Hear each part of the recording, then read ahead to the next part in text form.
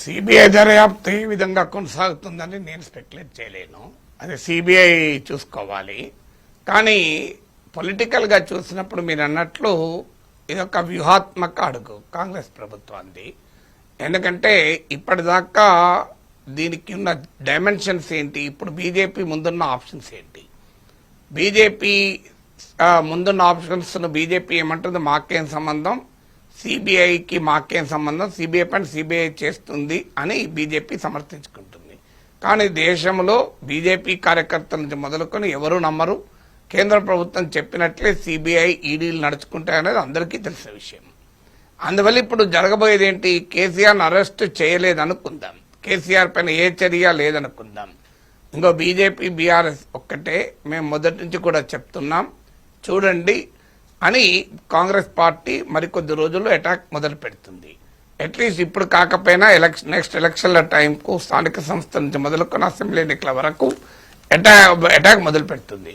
మీకు గుర్తుండే ఉంటుంది రమేష్, బీజేపీ బీఆర్ఎస్ ఒక్కటే అన్న భావనే బీజేపీని దెబ్బతీసింది. అందువల్ల బీజేపీ ఎదుగుదలకు ఇదొక సవాల్గా మారుతుంది. ఎందుకంటే బండి సంజయ్ని అరెస్ట్ అర్ధాంతరంగా ఆయన ప్రజా సంగ్రామ యాత్రను ఆపించడము, ఆయనను అధ్యక్ష పదవిని తొలగించడము, కవితను అరెస్ట్ చేయకపోవడం వల్ల బీజేపీ బీఆర్ఎస్ ఒక్కటే అన్న నరేటివ్ బలంగా ప్రజల్లోకి వెళ్ళి ప్రతిపక్ష స్థానం నుంచి బీజేపీ స్లిప్ అయి కాంగ్రెస్ ఆ స్థానంలోకి వచ్చి కేసీఆర్ పట్ల ప్రజా వ్యతిరేకత కాంగ్రెస్కు ఉపయోగపడి గెలిచింది. ఇప్పుడు కేసీఆర్ పైన సిబిఐ యాక్షన్ సీరియస్ గా లేకపోతే మరోసారి బీజేపీకి కాంగ్రెస్ కి ఆయుధం అవుతుంది. బీజేపీ బీఆర్ఎస్ ఒక్కటే చూడండి కేసీఆర్ని కాపాడుతున్నారు, మేము ఎప్పటి నుంచో చెప్తున్నాం, బీజేపీ వైపు వెళ్తే వాళ్ళు వాషింగ్ మిషన్ వాళ్ళకేమీ కాదు, బీజేపీ తన ప్రత్యర్థుల్ని వేటాడుతుంది, మిత్రుల్ని కాపాడుకుంటుంది, అందులో భాగమే కేసీఆర్ పైన చర్య లేదు అని చెప్తుంది. లేదు, రెండవ పాసిబిలిటీ కేసీఆర్ పైన చర్య తీసుకునే దిశగా సిబిఐ వెళ్ళిందనుకోండి, ఇక బీజేపీ బీఆర్ఎస్ భవిష్యత్తులో పొత్తు పెట్టుకోవటానికి ఉన్న మార్గం కాస్త పోతుంది. అంటే ప్రతిపక్ష శిబిరం రెండుగా విడిపోతుంది. ఎందుకంటే ఒక పాసిబిలిటీ ఏంటి, అనేక రాజకీయ విశ్లేషణలు వచ్చాయి, కవిత లాంటి వాళ్ళు మాట్లాడారు, బీఆర్ఎస్ నుంచి వెళ్ళిపోయిన నేతలు చెప్తున్నారు బీఆర్ఎస్ బీజేపీ పొత్తు విలీనం అనేది నేను నమ్మను, కానీ పొత్తు పాసిబిలిటీని మనం కొట్టిపారేలేము. అందువల్ల మరోసారి 3 కార్నర్ కాంటెస్ట్ అయితే అది కాంగ్రెస్ లాభం. ఇప్పుడు కాంగ్రెస్ వ్యతిరేక ఓటు బీఆర్ఎస్ బీజేపీల మధ్య చీలడం కాంగ్రెస్కు ఉపయోగపడింది. సో బీజేపీ బీఆర్ఎస్ ప్రత్యక్షంగా కానీ పరోక్షంగా కానీ కలవకుండా ఉండేందుకు కేసీఆర్ పైన చర్య కాంగ్రెస్కు ఉపయోగపడుతుంది.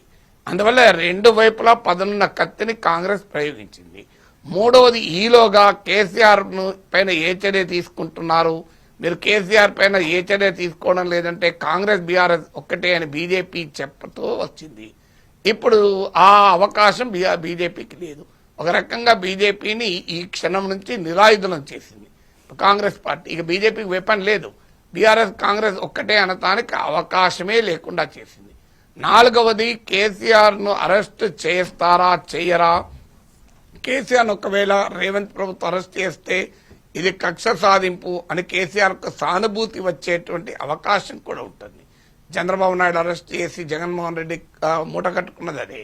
ఆ అవకాశం ఇప్పుడు లేదు, ఎందుకంటే రేవంత్ ప్రభుత్వం కేసీఆర్ పైన ఏ చర్య తీసుకోదు.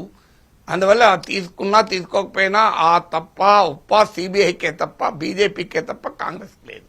అందువల్ల ఆ రకంగా కాంగ్రెస్ తాను కక్ష సాధింపు చేస్తోంది అనేటువంటి అపవాదు నుంచి బయటపడుతుంది. సో అందువల్ల ఏ రకంగా చూసినా కాంగ్రెస్ మీరు అన్నట్లు ఖచ్చితంగా ఇది వ్యూహాత్మకమైన అడుగే, దాంట్లో ఏమీ డౌట్ లేదు. సార్ నాగేశ్వర్ గారు, రేవంత్ రెడ్డికి ఒక అవకాశం ఉండే ఇక్కడ ఎఫ్ఐఆర్ నమోదు చేయొచ్చు, లేదా ప్రత్యేక సిటీ ఏర్పాటు చేయొచ్చు. ఇవన్నీ చేయకుండా కూడా సిబిఐకి అప్పగించారంటే కేసీఆర్ ఒక టవరింగ్ పర్సనాలిటీ, రెండవ దశ తెలంగాణ ఉద్యమంతో తెలంగాణను సాకారం చేసిన వ్యక్తి, కాళేశ్వరం సంబంధించిన అవినీతి మచ్చ పడినప్పటికీ ఆయనలో ఇంకా ప్రజల్లో తెలంగాణ సమాజంలో ఒక ఇమేజ్ ఉంది. ఆయనను అరెస్ట్ చేయడం ద్వారా కాంగ్రెస్ పార్టీకి వ్యక్తిగతంగా రేవంత్ రెడ్డికి నష్టం జరుగుతుంది.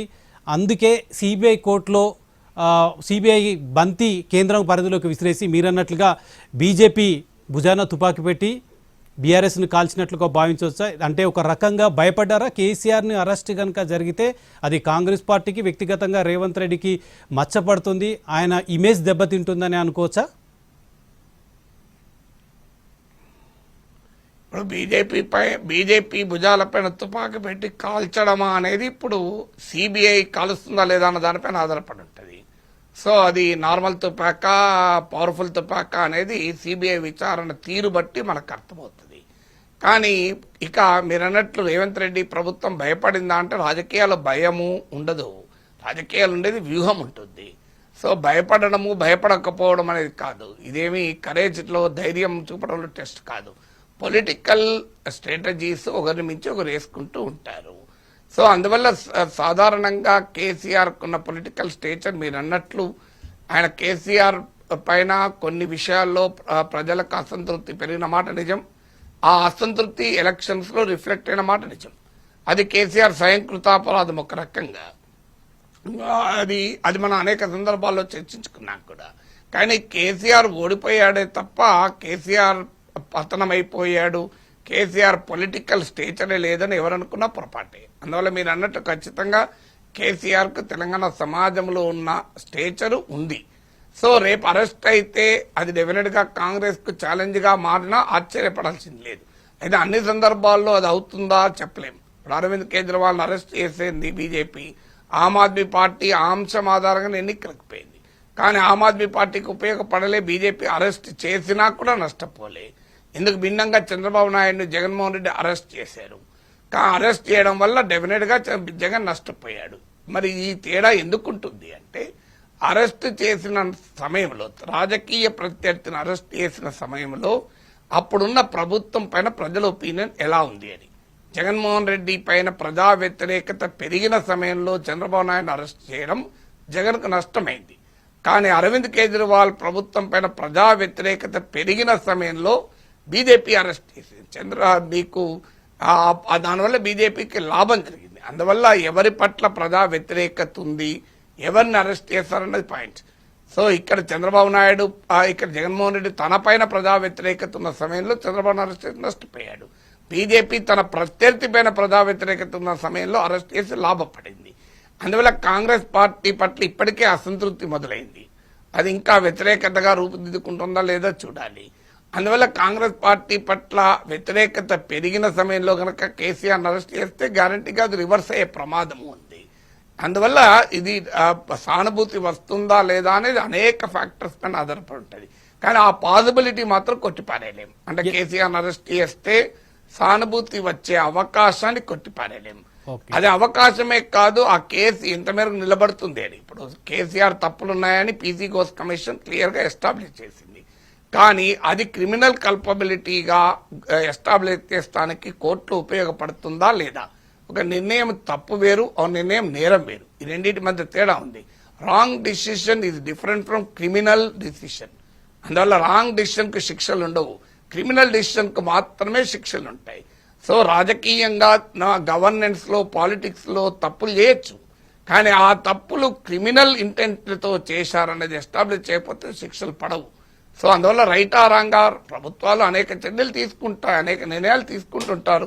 కొన్ని రైట్ అవుతాయి, కొన్ని రాంగ్ అవుతాయి. ప్రతిదానికి నేరస్తులుగా కోర్టు ముందు నిలబడు. అందువల్ల ప్రజల ముందు నేరస్తులుగా నిలవడం వేరు, కోర్టులో నేరస్తులుగా నిలవడం వేరు. ఒక నిర్ణయం తప్పని ప్రజలు భావిస్తే వ్యతిరేకంగా తీర్పు చెప్తారు. కానీ ప్రజలు వ్యతిరేకంగా తీర్పు చెప్పిన ప్రతి ఒక్కటి కోర్టులో శిక్షార్హం కాదు. సో అందువల్ల కేసీఆర్ తప్పులున్నా అది క్రిమినల్ కల్పబిలిటీగా ఎస్టాబ్లిష్ కానప్పుడు కేసు నిలబడదు. అందువల్ల కాంగ్రెస్ ప్రభుత్వానికి ఆ అనుమానం కూడా ఉండొచ్చు, ఈ కేసు ఇంత మేరకు నిలబడుతుంది. ఎందుకంటే మన లీగల్ సిస్టమ్ వేరు, హైకోర్టు, సుప్రీంకోర్టు అప్పీల్స్ లో ఇదేం తేలేదు కాదు ఒక్క రోజులో. జగన్మోహన్ రెడ్డి పైన కేసులు ఎప్పుడు ఏం తేలినాయి, 11 ఏళ్లుగా ఎవరి పైన ఏ కేసు తేలింది కనుక. సో అందువల్ల ఈ కేసు తేలదు. పైగా ఇప్పుడు కేసీఆర్ అరెస్ట్ చేయకపోతే బీజేపీ వాళ్ళు ఫుట్బాల్ ఆడుతూ ఉంటారు. బీజేపీ కాంగ్రెస్ బీఆర్ఎస్ ఒక్కటే అని దానికి. సో ఇప్పుడు ఒకవేళ అటు అరెస్ట్ చేస్తే ప్రజలలో ఎలా రియాక్షన్ వస్తుందో ఈ గందరగోళం లేకుండా ప్రశాంతంగా చేతులు దులుపుకొని ఢిల్లీకి పంపించేశారు. సో ఇప్పుడు బీసీ కోటా బిల్లు అలాగే రేవంత్ ప్రభుత్వం వ్యూహాత్మకంగా బిల్లు చేసి మీకు గవర్నర్ పంపించారు. ఆమోదిస్తే కాంగ్రెస్ లాభం, ఆమోదించకపోతే బీజేపీకి నష్టం. సో గవర్నర్ ఆమోదించక ప్రెసిడెంట్కి పంపినా లేదా ప్రెసిడెంట్ రేపు ఆమోదించకపోయినా ఏదైనా బీజేపీకే నష్టం తప్ప కాంగ్రెస్ నష్టం లేదు. అందువల్ల కాంగ్రెస్ పార్టీ చూడండి, మేము ఆల్రెడీ బిల్లును కూడా చేసి పంపాము అని జనంలోకి వెళ్ళడానికి అవకాశం ఉంటుంది. అందువల్ల బీసీ బిల్లు విషయంలో కానీ, మీకు కాళేశ్వరం కమిషన్ విషయంలో కానీ రేవంత్ రెడ్డి తన పైన భారాన్ని తీసేసి దాన్ని కేంద్రం కోర్టులో, బీజేపీ కోర్టులో వేశారు. ఇప్పుడు బీజేపీ ఎలా రియాక్ట్ అవుతుంది చూడాలి. అందులో ఈటల రాజేందర్ పై కూడా తీవ్రమైన ఆరోపణలు పీసీ ఘోష్ కమిషన్ చేసింది. మరి ఆయన బీజేపీ నాయకుడు. ఇప్పుడు బీజేపీ ఏం చేయాలి? తమ నాయకుడైన ఈటల రాజేందర్ పైనే ఆరోపణలు ఉన్నాయి. బీజేపీ వైఖరికి భిన్నంగా రాజేందర్ వైఖరి ఉంది. సో ఇప్పుడు కేసీఆర్ ను అటాక్ చేసి రాజేందర్ ను తప్పిస్తుందా? అది సాధ్యమా? మరి కేసీఆర్ ని అటాక్ చేస్తే సిబిఐ రాజేందర్ కూడా అటాక్ చేయాల్సి వస్తుంది కదా. ఇప్పుడు అది కూడా రేపు కాంగ్రెస్ పార్టీకి ఆయుధం అయితే చూడండి. మీ నాయకుడు కూడా ఇందులో ఉన్నాడు కనుక మీరు మీ నాయకుడిని కాపాడుకోవడానికి కేసీఆర్ ను కూడా కాపాడుతున్నారు అని కాంగ్రెస్ పార్టీ అటాక్ చేస్తానికి ఉపయోగపడుతుంది. ఈలోగా బీజేపీలో ఉన్న ఈటల రాజేందర్ ప్రత్యర్థులు ఇప్పుడు రాజేందర్ కు మనం ఏదైనా పదవి ఇస్తే మనకే ప్రమాదం అని వాళ్ళు ప్రత్యర్థులు రాజేందర్ పైన పడటానికి అవకాశం ఉంటుంది. అందువల్ల ఒకే దెబ్బకు రేవంత్ రెడ్డి చాలా పిట్టలు కాల్చేశాడు. మొత్తంగా ఈ ఎపిసోడ్కు సంబంధించి కాళేశ్వరం ఎపిసోడ్ని కేవలం లైవ్లో ఉంచడానికి రేవంత్ రెడ్డి ప్రభుత్వం ప్రయత్నం చేసినట్టు కనిపిస్తుంది. కాళేశ్వరం పియర్స్ కుంగిపోయిన తర్వాత పీసీ ఘోష్ కమిషన్ వేయడం, అది సుదీర్ఘకాలం పాటు విచారణ జరపడం, ఆ తర్వాత చాలామంది అధికారులను చేయడం, ఆ తర్వాత అసెంబ్లీలో సుదీర్ఘంగా చర్చ పెట్టడం, ఇప్పుడు సిబిఐకి అప్పగించడం. ఈ ఎపిసోడ్ అంతా చూస్తుంటే మరొక 2 ఏళ్ల పాటు కూడా సిబిఐ విచారణ పేరుతో దాన్ని లైవ్లో ఉంచి ఏదైతే ఫ్లాగ్షిప్గా కాళేశ్వరం ప్రాజెక్ట్ని ప్రజలకు ముందు ఉంచి తెలంగాణలో సస్యశ్యామల చేశాం, 1 కోటి ఎకరాలకు నీరిచ్చే ప్రయత్నం చేశామని గొప్పగా బీఆర్ఎస్ చెప్పుకుందో, అదే కాళేశ్వరం ప్రాజెక్టులో అవినీతి మరకలున్నాయి, పెద్ద ఎత్తున అవినీతి జరిగింది, 1,00,000 కోట్లు ఖర్చు పెట్టి 1,00,000 కోట్లు అప్పుని తెలంగాణ ప్రజలకు మోపిన బీఆర్ఎస్ ప్రభుత్వం 1,00,000 కోట్ల ఆస్తులు కేసీఆర్ కుటుంబం ఏ విధంగా సంపాదించిందని రేవంత్ రెడ్డి చెప్పడం ద్వారా దీన్ని ఇంకా మరికొంతకాలం ప్రజల్లో ఉంచాలని ప్రయత్నం చేస్తున్నారా? కాళేశ్వరం ప్రాజెక్టు పేరుతో కేసీఆర్ కుటుంబ సభ్యులపైన అవినీతి మరకలు ఉంచాలనుకుంటున్నారు అనుకోవచ్చా? అంటే ఎవరైనా ఇప్పుడు లీగల్ గా తప్పదు కూడా. మీరు ఇప్పుడు సిబిఐ చెప్పడమే కాదు, సిట్ వేసినా కూడా టైం పడుతుంది కదా. ఇప్పుడు ఆ మాటకైతే యూపీఏ 2 హయాంలో కుంభకోణాలు చాలా వినబడ్డాయి.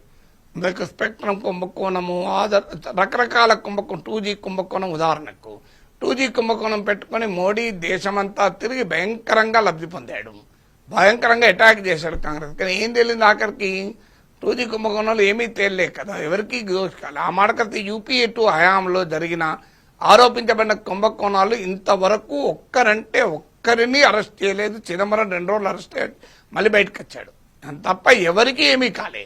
కానీ మోడీ మాత్రం ప్రైమ్ మినిస్టర్ అయి కూర్చున్నాడు కదా, ఎవరికి ఏమీ కాకపోయినా కూడా. సో అందువల్ల మీకు పొలిటికల్ ప్రజా కోర్టుల్లో ఎస్టాబ్లిష్ చేయడం ఈక్వల్ ఇంపార్టెంట్. నీకు బోఫోర్స్ కుంభకోణం ఉంది, ఇప్పటికేం తెలియక రాజీవ్ గాంధీ అయితే రాజకీయంగా నష్టపోయాడు కదా. సో అందువల్ల మీకు పాలిటిక్స్ లో ఏమవుతుంది అంటే లీగల్ డైమెన్షన్ ఒక పాత్ర మాత్రమే, పొలిటికల్ గా ప్రజల్ని కన్విన్స్ చేస్తారా లేదా అనేది కీలకమవుతుంది. అయితే కాంగ్రెస్ కు ఒక ఛాలెంజ్ కూడా ఉంది. ఇప్పుడు ఒక విమర్శ కాంగ్రెస్ ఎదుర్కోక తప్పదు.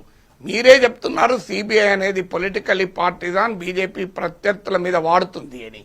మీరు ఇప్పుడు కేసీఆర్ పైన రేపు వాడినా, సో రాహుల్ గాంధీ చెప్పిన భాషలో చెప్పిన సూత్రం ప్రకారం కేసీఆర్ నిర్దోషే, కానీ బీజేపీకి కావాలనే కేసీఆర్ చేసింది అని రేపు బీఆర్ఎస్ అనటానికి అవకాశం ఉంటుంది. చూడండి రాహుల్ గాంధీ చెప్పింది అని, ఇది బీఆర్ఎస్ కూడా ఒక రకంగా ఆయుధం కావచ్చు కూడా. రేపు వాళ్ళు ఎవరు ఏ పార్టీ ఎంత ప్రజలు నమ్మించగలుగుతారనేది రెండవది. ఆల్రెడీ బీఆర్ఎస్ ఇంకో ఆర్గ్యుమెంట్ కూడా మొదలుపెట్టింది, మోడీ చంద్రబాబు డైరెక్షన్, రేవంత్ యాక్షన్ అని. సో అందువల్ల ప్రతి పార్టీ తమ పొలిటికల్ నరేటివ్ బిల్డ్ చేస్తానికి ఇది ఉపయోగించుకుంటుంది. దీంతో పాటు ఎక్కువ కాలం ఈ నరేటివ్ బిల్డ్ చేస్తూ ఆడ కాళేశ్వరం రిపేర్లు చేయకపోతే ప్రజల నుంచి ఇంకో క్వశ్చన్ వస్తుంది. నిన్న కరీంనగర్ జిల్లా నుంచి ఒక రైతు ఫోన్ చేసి అంటున్నాడు, నేను అడిగితే ఎట్లుందయ్యా కాళేశ్వరం గురించి ఏమనుకుంటున్నారంటే, ఏమో సార్ తిన్నడో పైసలు తినలేదు అదొక అంశం, కానీ నాకు అర్థం కాదు సార్, నాగలికి తాడు కట్టి దున్నుతుంటాం, ఆ తాడు తెగిందనుకోండి ఏం చేస్తాం సార్, తెగింది ఎట్లా, ఎందుకు తెగింది, తెంపినోడెవడు, తాడు కట్టినోడెవడు, తాడు నాసి రకమా తిట్టుకుంటూ కూర్చుంటామా, కొత్త తాడు కట్టుకొని దున్నుకుంటామా సార్ అన్నాడు. సో ఇప్పుడు ఆ ప్రశ్న రేపు ఉత్పన్నమవుతుంది. కాళేశ్వరం నుంచి నీళ్ళెందుకు అసలు ఇలా వర్షాలు బాగుపడ్డాయి కనుక ఇప్పుడే ప్రాబ్లం రాకపోవచ్చు. కానీ మరి కాళేశ్వరం నీళ్ళ సంగతి ఏంటి? ఏదో అయిందా ఎవడు తిన్నాడో ఏమో, తిన్నాడో లేడో, కానీ మా సంగతి ఏందని ప్రజలు అడిగే ప్రమాదం ఉంటుంది. దీన్నే ఎకనామిక్స్ లో Ramesh law of diminishing returns అంటారు. ఒకే దాన్ని ఎక్కువ కాలం పట్టుకొని లాగితే ఇటు అటు గుంజితే దాని ప్రయోజనాలు రోజు రోజుకు క్షీణించిపోతాయి. ఎప్పటికీ ఒకే రకం 2023 ఎన్నికల్లో ఉపయోగపడ్డట్టుగా 28 ఎన్నికలు ఉపయోగపడుతుంది ఏం చెప్పలేం కదా. ఎస్, కానీ నాగేశ్వర్ గారు, కాళేశ్వరం ప్రాజెక్టులో అవినీతి జరిగింది, కాళేశ్వరం ప్రాజెక్టు పేరుతో భారీ ఎత్తున కోట్ల రూపాయలు కొల్లగొట్టారు. దానికి ఉదాహరణ ఇటీవల కొంతమంది అధికారుల ఇళ్లలో దాడులు చేసినప్పుడు, ఏసీబీ దాడులు చేసినప్పుడు 100 కోట్లు బయటపడ్డాయి అనేది ఇప్పటివరకు కాంగ్రెస్ పార్టీ ప్రజల ముందు ఉంచే ప్రయత్నం చేసింది. కానీ ఈరోజు కేసీఆర్ కూతురు కవిత కాళేశ్వరం ప్రాజెక్టు అవినీతి మరకలు కేసీఆర్కు అంటించే ప్రయత్నం చేశారు అంటూ, కాళేశ్వరం ప్రాజెక్టులో కొంత అవినీతి జరిగింది, దానికి బాధ్యులు హరీష్ రావు కావచ్చు, సంతోష్ రావు కావచ్చు అంటూ ఎండార్స్ చేసింది. ఇది కాంగ్రెస్ పార్టీకి ఒక అస్త్రంగా మారే అవకాశం తప్పకుండా ఉంది. ఇప్పటివరకు కాంగ్రెస్ పార్టీ వాదనను కవిత కేసీఆర్ కూతురు బలపరిచినట్లయితుందా? ఇది రాజకీయంగా కాంగ్రెస్ పార్టీకి కానీ ఏ విధంగా లబ్ధి చేకూరుతుంది? బీఆర్ఎస్ ఏ విధంగా ఇరకాటంలో ఎదుర్కొంటుంది? అంటే అది కవిత మాటలకు ప్రజల్లో ఉండే క్రెడిబిలిటీ పైన ఆధారపడి ఉంటుంది. ఇప్పుడు కవిత రియాక్షన్ జెన్యూన్ రియాక్షన్ గా ప్రజలు తీసుకుంటే ఇంపాక్ట్ అనేది ఉంటుంది. లేదు కవిత తన పొలిటికల్ ఎజెండాలో భాగంగా దీన్ని స్ప్లిట్ చేసి కొడుతున్నారు. ఒకవైపు ఏమో కాళేశ్వరంలో అవినీతి జరిగింది అని అంటూనే అవినీతి కేసీఆర్ సంబంధం లేదు అని ఎట్లంటది? మరి ఎవరికి సంబంధం ఉంటుంది? ఒక హరీష్ రావుకి సంబంధం ఉండి కేసీఆర్ సంబంధం ఉండదా? సో తెలంగాణ సమాజం అంతా చూడలేదా? కాళేశ్వరం హరీష్ రావే భుజస్కంధాలపైన నడిచిందా? కాళేశ్వరం ఇనాగ్రేషన్ అప్పుడు హరీష్ రావు లేడు, మీకు గుర్తుండే ఉంటుంది. కాళేశ్వరం ఇనాగ్రేషన్ అప్పుడు ఆయన హరీష్ రావు ఈవెన్ మినిస్టర్ కూడా కాదు. సో మరి ఇది కేసీఆర్ సంబంధం లేదు, హరీష్ రావుకి సంబంధం ఉంటే ఇద్దరికి ఉంటుంది, లేకపోతే ఇద్దరికి ఉండదు. సో అందులో హయ్యర్ లెవెల్లో చీఫ్ మినిస్టర్ ఉంటాడు, లోయర్ లెవెల్లో ఇరిగేషన్ మినిస్టర్ ఉంటాడు. మరి హరీష్ రావు జోగినపల్లి సంతోష్లో అవినీతికి పాల్పడ్డారు అని అంటే అవినీతికి పాల్పడేలా ఎలో చేసిన కేసీఆర్ సంగతి ఏంది అని ప్రశ్న అడగరా? అందువల్ల కవిత వ్యూహాత్మకంగా తన రాజకీయ ప్రత్యర్థుల్ని అటాక్ చేయడానికి కేసీఆర్ పట్ల తన లాయాలిటీని నొక్కి చెప్తూ కేసీఆర్ భుజాలపైన తుపాకు పెట్టి హరీష్ రావును కాల్చాలి అని కవిత చూస్తుంది. ఎందుకంటే కవిత ఎజెండా కవితది. ఎందుకంటే ఆమెకున్న ఫాలోయింగ్ ఏమీ ప్రత్యేకంగా ఉండదు. బీఆర్ఎస్ ఫాలోయింగ్ ఆమె ఫాలోయింగ్. అందువల్ల కేసీఆర్ను ధిక్కరిస్తే బీఆర్ఎస్ వెనకాలన్న ఎవరు కూడా కవితను ఓన్ చేసుకోరు. అందువల్ల ఆమె కేసీఆర్ను ధిక్కరించదు. కేసీఆర్ను ధిక్కరించకుండా మరి తన ఫాలోయింగ్ను పెంచుకోవాలంటే నేనే కేసీఆర్ను కాపాడుతున్నా, వీళ్ళెవరూ కాపాడతలేరని మీకు గుర్తుండే ఉంటుంది. కేసీఆర్ కు కాళేశ్వరం కమిషన్ నోటీస్ ఇచ్చినప్పుడు కూడా కవిత ఇలాగే రియాక్ట్ అయ్యారు. మీరు కేటీఆర్ వేరే వాళ్ళ కేటీఆర్ పేరు చెప్పలేదు కానీ పరోక్షంగా కేటీఆర్ ని ఉద్దేశించి చెప్పారు. కేటీఆర్ కు నోటీస్ ఇస్తే రాష్ట్రం అంతా మీరు నిరసనలు జరుపుతారు, కానీ కేసీఆర్ కు నోటీస్ ఇస్తే రియాక్షన్ ఉండదా అని చెప్పి ఆమె ధర్నా చేసింది కూడా. సో ఆ ర్యాలీలో కూడా ఆమె పాల్గొన్నది కాన్వాయ్లతో పాటు. సో ఇప్పుడు మళ్ళీ తెలంగాణ బంద్ ఎందుకు పిలిపివ్వలే మీరు అని అడుగుతున్నది ఆమె. సో అదొక సీరియస్ క్వశ్చనే. మరి బీఆర్ఎస్ నిరసన ఎందుకు తెలపలే? సిబిఐ విచారణకు ఆదేశిస్తే కాళేశ్వరం ఇప్పుడు కేసీఆర్ పైన విచారణకు ఆదేశించిన బీఆర్ఎస్ ఎందుకు సీరియస్ గా రియాక్ట్ కాదు అని కేసీఆర్ లెగసీని కాపాడేది నేనే, కేటీఆర్ కాదు, హరీష్ రావు కాదు అని కవిత ఎస్టాబ్లిష్ చేయదలుచుకుంది. అందువల్ల ఎవరి పొలిటికల్ ఎత్తుగడలు వాళ్ళే. ఇందులో ప్రజలకు ప్రజల జీవితాలకు పెద్ద సంబంధం ఉన్న అంశం కాదు ఇది. నిజానికి ఇప్పుడు కవిత చెప్పిన అంశం పక్కకు పెడితే కాళేశ్వరం విషయంలో సిబిఐ విచారణకు రాష్ట్ర ప్రభుత్వం అనుమతించినప్పుడు, కావాలని కోరుకున్నప్పుడు తెలంగాణ సమాజంలో ప్రధానంగా బీఆర్ఎస్కు పెద్ద ఎత్తున క్యాడర్ ఉంది. గ్రామ స్థాయి నుంచి మొదలు పెడితే రాష్ట్ర స్థాయి వరకు క్యాడర్ ఉంది. కానీ అనుకున్నంత స్పందన రాలేదనేది కవిత ఆవేదన. అదే నిజానికి నిజం కావచ్చా? ఎందుకు తెలంగాణ సమాజం నుంచి కానీ బీఆర్ఎస్ నుంచి కానీ అంత రియాక్షన్ రాకపోవడం? నిజానికి పెద్ద ఎత్తున ఆందోళనలు జరుగుతాయి, పెద్ద ఎత్తున ధర్నాలు జరుగుతాయి, రాస్తారోకోలు జరుగుతాయి. సిబిఐ కేసు అప్పగిస్తారా, కాళేశ్వరంకి సంబంధించి ఒక కేసీఆర్ లాంటి వ్యక్తి మీద చేస్తారని ఆందోళనలు జరుగుతాయని భావించారు. అది జరగకపోవడం పార్టీ నాయకత్వ లోపమా, లేదా నిజంగానే ప్రజల్లో అనుకూలత లేకపోవడం అనుకోవచ్చా? అంటే ప్రజలు చాలా విషయాలు స్పందించారు. దాన్ని బట్టి మనకు అనుకూలత ప్రతికూలత అనేది ఇష్యూ కాదు.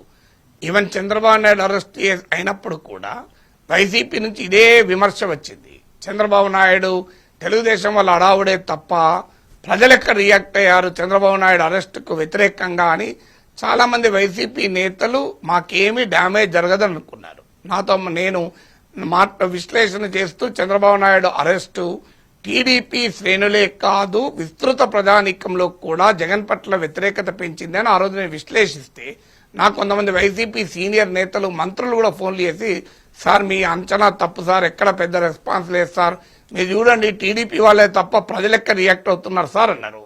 ఎన్నికల రుజువు కదా, ప్రజలు ప్రతిసారి రియాక్ట్ కారు, ఎప్పుడు రియాక్ట్ కావాలో అప్పుడు రియాక్ట్ అవుతూ ఉంటారు. సో అందువల్ల దాన్ని మనం గీట్రాయిగా తీసుకోలేం. కానీ మీరు అన్నట్లు చంద్రబాబు నాయుడు అరెస్ట్ అయినప్పుడు టీడీపీ రియాక్ట్ అయిన దాన్ని కేసీఆర్ కు సిబిఐ అప్పచెప్పడం పైన బీఆర్ఎస్ రియాక్ట్ అయిన దాంతో పోల్చాలి. కానీ ఆ పోలిక కూడా 100% కరెక్ట్ కాదు. అప్పుడేమో చంద్రబాబు నాయుడు అరెస్ట్ చేశారు, ఇప్పుడు ఏమైంది కనుక భుజాలు తడుముకుంటే గుమ్మడికాయ దొంగ భుజాలు తడుముకున్నారా అని కూడా అడుగుతారు కదా. ఇప్పుడు ఏమైంది, సిబిఐ విచారణే కదా, దీంతో కొంపలే మునుగుతున్నాయి. సిబిఐ ఏమైనా విచారణ పిలిచిందా, కేసీఆర్ అరెస్ట్ చేసిందా, సిబిఐ ఏమైనా అభియోగ పత్రం ఛార్జ్షీట్ వేసిందా, ఏం జరిగింది గనక ఇప్పుడు ఎందుకు రియాక్ట్ అయ్యారు అనే క్వశ్చన్ కాంగ్రెస్ నుంచి కూడా వస్తుంది. అంటే మీరేం తప్పు చేయకపోతే మీకెందుకు భయం అని. సో అందువల్ల బీఆర్ఎస్ లో ఆ డైలమా కూడా ఉండొచ్చు, దీనికి ఎలా రియాక్ట్ కావాలి, ఎక్కువ రియాక్ట్ అయితే ప్రజల్లో ఏమైనా రాంగ్ సంకేతం పోతుందా అని. సో అందువల్ల బీఆర్ఎస్ నాయకత్వం పొలిటికల్ గా రియాక్ట్ కాలేక కాదు, ఇవాళ కేసీఆర్ నాయకత్వంలో పార్టీ లేకపోతే ఎవరి నాయకత్వంలో పార్టీ ఉంది. కేసీఆర్ రియాక్ట్ కమ్మని ఆదేశిస్తే కేటీఆర్ వద్దంటాడా, కేటీఆర్ వద్దంటే ఆగుతుందా? ఐ డోంట్ థింక్ దట్ కదా. సో కవిత ఆమెకు ఉపయోగపడాలి గనక చూడండి, కేసీఆర్ పట్ల ఆమె థీరీ ఒకటి ఉంది కదా, కేసీఆర్ దేవుడు ఆమె చుట్టూ దయాలున్నాయని. సో ఆ థీరీని బలపరచడానికి దీన్ని ఉపయోగించుకుంటోంది. అంటే కేసీఆర్ దేవుడు, కానీ ఆ దేవుడి పైన సిబిఐ విచారణ అన్నా ఈ దయ్యాలు అడ్డుపడుతున్నాయని ఆమె చెప్పదలుచుకున్నది. కానీ రియాలిటీ మనందరికీ తెలుసు కదా, మీకు నాకు జర్నలిస్టులుగా మనందరూ తెలుసు. బీఆర్ఎస్ కేసీఆర్ హ్యాండ్లో లేకపోతే అది కేటీఆర్ హ్యాండ్లో ఉందా? కేసీఆర్ చెప్తే వింటారు తప్ప కేటీఆర్ చెప్తే మాత్రమే విని కేసీఆర్ చెప్తే వినరా? ఆయన కేటీఆర్ ఎందుకు కేసీఆర్ అంశంలో రియాక్ట్ కాడు? కేసీఆర్ ఇంత తాపత్రయపడేది, ఇంత కష్టపడేది, బిడ్డ ఇంత తిరుగుబాటు చేసినా ఇన్ని ఇబ్బందులు పడేది కేటీఆర్ ను ఆ నాయకుడు చేసేందుకే కదా. అందువల్ల కేటీఆర్ కేసీఆర్ మధ్య కాంట్రడిక్షన్ ఉంది అని క్రియేట్ చేసే ప్రయత్నంలో ఒక ఎత్తుగడ ఇది. కానీ అది I don't think that is correct కదా. టీఆర్ఎస్ ఏంటంటే రియాక్ట్ అయితే లాభం ఎంత ఉంటుంది. ఇప్పుడు రియాక్ట్ కాలేదనుకోండి, పట్టించుకోలేదని క్లెయిమ్ చేసుకోవచ్చు, వాట్ వీ డోంట్ కేర్, దేనికన్నా రెడీ అని. కానీ రేపు రియాక్ట్ అయ్యి జనంలో స్పందన లేదనుకోండి, అప్పుడు ఇంకో రకమైన మీనింగ్ కూడా పోతుంది. అందువల్ల వారి పొలిటికల్ క్యాలిక్యులేషన్ వారికి ఉండి ఉంటాయి కదా. ఈ కాళేశ్వరానికి సంబంధించిన విచారణ కమిషన్ పీసీ ఘోష్ కమిషన్ ముందుకు కేసీఆర్ వెళ్ళి వివరణ ఇచ్చే ప్రయత్నం చేశారు. తాను చేసింది కరెక్టు, అన్ని క్యాబినెట్ అప్రూవల్స్ ఉన్నాయి, అన్ని నిబంధనల ప్రకారం చేశానని కేసీఆర్ పీసీ ఘోష్ కమిషన్ వివరణ ఇచ్చారు. కానీ నిన్న అసెంబ్లీలో పెద్ద ఎత్తున చర్చ జరిగింది. ఒక విపక్ష నేతగా, ఒక ప్రధాన ప్రతిపక్ష నేతగా అసెంబ్లీలో పాల్గొని కాంగ్రెస్ పార్టీ చేసిన ఆరోపణలు తిప్పికొట్టవలసిన కేసీఆర్ అసెంబ్లీకి రాకపోవడం, వివరణ ఇవ్వకపోవడం, దీన్ని ఎట్లా చూడాలి? వచ్చిన అవకాశాన్ని సద్వినియోగం చేసుకోలేదు కేసీఆర్ అని అనుకోవచ్చా నాగేశ్వర్ గారు? అంటే సద్వినియోగం విషయానికి వచ్చినప్పుడు హరీష్ రావు ఉన్నాడు కదా సద్వినియోగం చేసుకోవడానికి, అదే సమస్య కాదు. కేసీఆర్ వచ్చినా హరీష్ రావు ఎంత బలంగా సమర్థించుకున్నాడో కేసీఆర్ కంటెంట్ లో తేడా ఏమి ఉండేది కాదు, పర్సన్ తేడా తప్ప. అందువల్ల ఆడ బీఆర్ఎస్ కున్న అడ్వాంటేజ్ ఏంటంటే హరీష్ రావు కేటీఆర్ లాంటి రూపంలో బలమైనటువంటి నేతలు కేసీఆర్ లేకపోయినా ఆ వాయిస్ వినిపించగలిగే సామర్థ్యం ఉన్న నేతలు బీఆర్ఎస్ ఉన్నారు అసెంబ్లీలో. హరీష్ రావు ఇది ఈక్వల్లీ కాంపిటెంట్, ఆయన ఏమీ ఏమాత్రము కాళేశ్వరం విషయంలో కేసీఆర్ ను సమర్థించడానికి లెస్ కాంపిటెంట్ ఏం కాదు, అందులో డౌట్ లేదు. కానీ బట్ మీరు అన్నట్లు కేసీఆర్ రావాల్సి ఉండే, అది ఆయన పైన ఆరోపణ పక్కకు పెడదాం. ఆయన పైన ఆరోపణ ఉన్నా లేకపోయినా అసెంబ్లీకి రావడం అనేది ఒక ఎమ్మెల్యేగా, లీడర్ ఆఫ్ ద అపోజిషన్ గా కేసీఆర్ ధర్మం. ప్రజలకు కూడా దానికి ప్రాబ్లం ఏంటంటే ఇగో క్లాషెస్ వల్ల రావడం లేదైనా. రేవంత్ రెడ్డితో తిట్టించుకోవాలా, నేను రేవంత్ రెడ్డితో దాడి చేయించుకోవాలా, రేవంత్ రెడ్డి ముఖ్యమంత్రి సీట్లో కూర్చుంటే నేను ప్రతిపక్ష నేతగా ముందు కూర్చోవాలా అనే ఈ వాస్తవాన్ని కేసీఆర్ అంగీకరించలేకపోతున్నాడు. ఇప్పుడు జగన్ ప్రాబ్లం కూడా అదే కదా. సో జగన్ ప్రాబ్లం కూడా ఎందుకు రాలేకపోతున్నాడు? చంద్రబాబు నాయుడు నాయకత్వంలో టీడీపీ అటాక్ చేస్తే భరించలేకపోతున్నాడు. కానీ మనకు అనుభవం ఏంది, చంద్రబాబు నాయుడు రాజశేఖర రెడ్డి సమకాలికుడు. రాజశేఖర రెడ్డి కొడుకు జగన్ ముఖ్యమంత్రిగా ఉండి రోజు అవమానించినా కూడా ఒకవైపు నుంచి రోజా, మరోవైపు నుంచి అంబటి రాంబాబు, ఇంకోవైపు నుంచి కొడాలి నాని ఎంత అవమానించినా దిగమింగాడు కదా. అదే చంద్రబాబు నాయుడుకు లాభం ఏంది కదా. రాజకీయాల్లో ఎవరు ఎక్కువ ఎవరు తక్కువ అని ఉండదు. ప్రజలు ఎవరికి తీర్పు చెప్తే వాళ్ళే ఎక్కువ.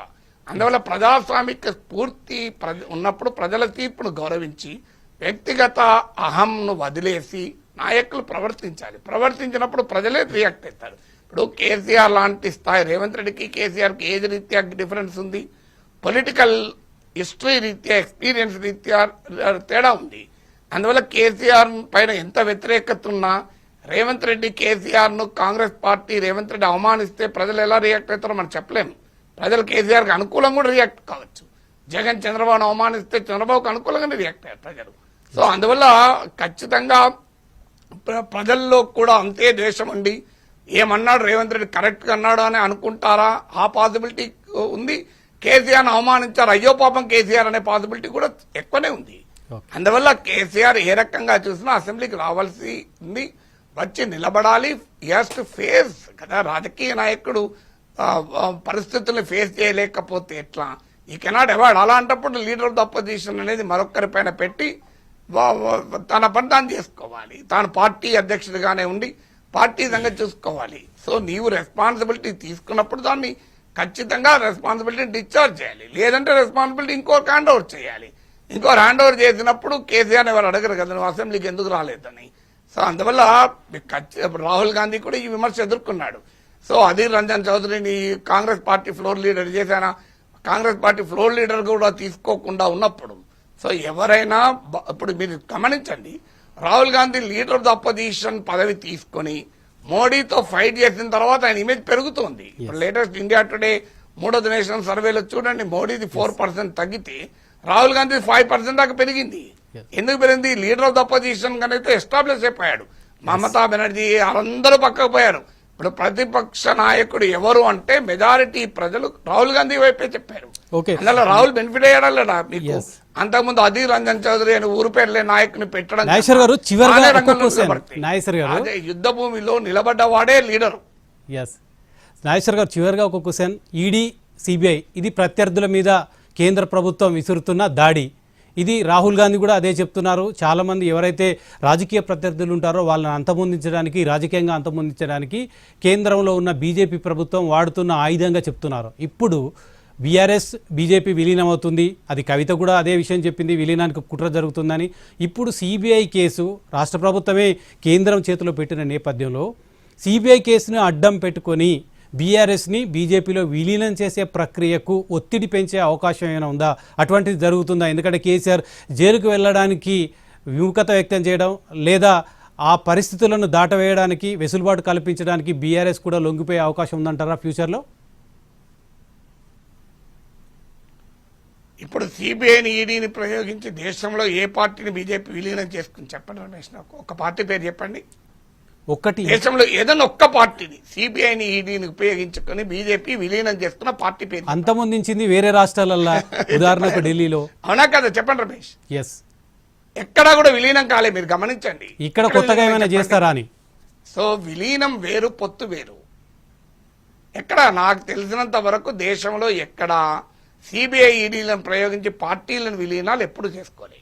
సిబిఐ, ఈడీలను ప్రయోగించి పార్టీలను చీల్చారు మహారాష్ట్రలో. అది శివసేనని చీల్చారు, ఎన్సీపీని చీల్చారు. శివసేన ఎమ్మెల్యేలు, ఎన్సీపీ ఎమ్మెల్యేలు one of the reason for BJP వైపు రావడానికి ఈడీ కేసులు, సిబిఐ కేసులే, అందులో డౌట్ లేదు. అందువల్ల పార్టీలను విలీనం అనేది అవుతుందని నేను అనుకోను. కానీ మీరు అన్నట్లు బీజేపీ దీన్ని ఉపయోగించుకుంటుందా? ఖచ్చితంగా ఉపయోగించుకుంటుంది. ఎందుకంటే చరిత్ర అంతా అదే కదా. ఇప్పుడు 2G స్పెక్ట్రమ్ కుంభకోణంలో కాంగ్రెస్ వాళ్ళు, డిఎంకే వాళ్ళు ఇద్దరిని ఇరకాటంలో పెట్టచ్చు. బీజేపీ చేసింది 2G స్పెక్ట్రంలో ఏమీ చేయలేదు.